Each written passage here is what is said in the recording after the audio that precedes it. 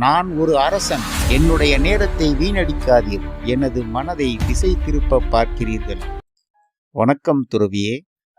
நீங்கள் கூறியது போல் நான் எனது அரசாட்சியில் உள்ள கிராமத்தில் வீதி உலா சென்றேன். அங்கு அனைத்து மக்களும் அவரவர் குடும்பத்துடன் மகிழ்ச்சியாக இருந்தனர். நல்லது அரசரே.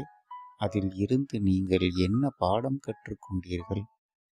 துறவியே, நான் உங்களிடம் என் மனவேதனையை சொல்லி ஆலோசனை பெற வந்தால் நீங்கள் ஏதேதோ சொல்லி எனது மனதை திசை திருப்ப பார்க்கிறீர்கள். நீங்கள் என்ன செய்ய முயல்கிறீர்கள்? உங்களால் எனக்கு மன அமைதியை கொடுக்க இயலுமா இயலாதா? சொல்லுங்கள்.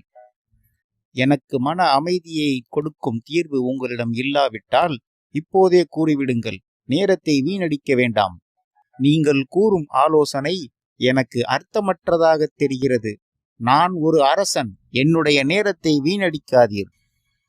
முதலில் உங்களது மனதை பொறுமையடையச் செய்யுங்கள் அரசரே. உங்களது நிலை எனக்கு மிகவும் நன்றாக புரிகிறது.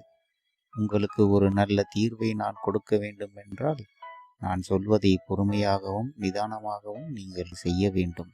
அடுத்ததாக, நீங்கள் வீதி உலா செல்லும் போது மகிழ்ச்சியாக இருந்த 2 குடும்பங்களை உங்கள் அரசபைக்கு அழையுங்கள்.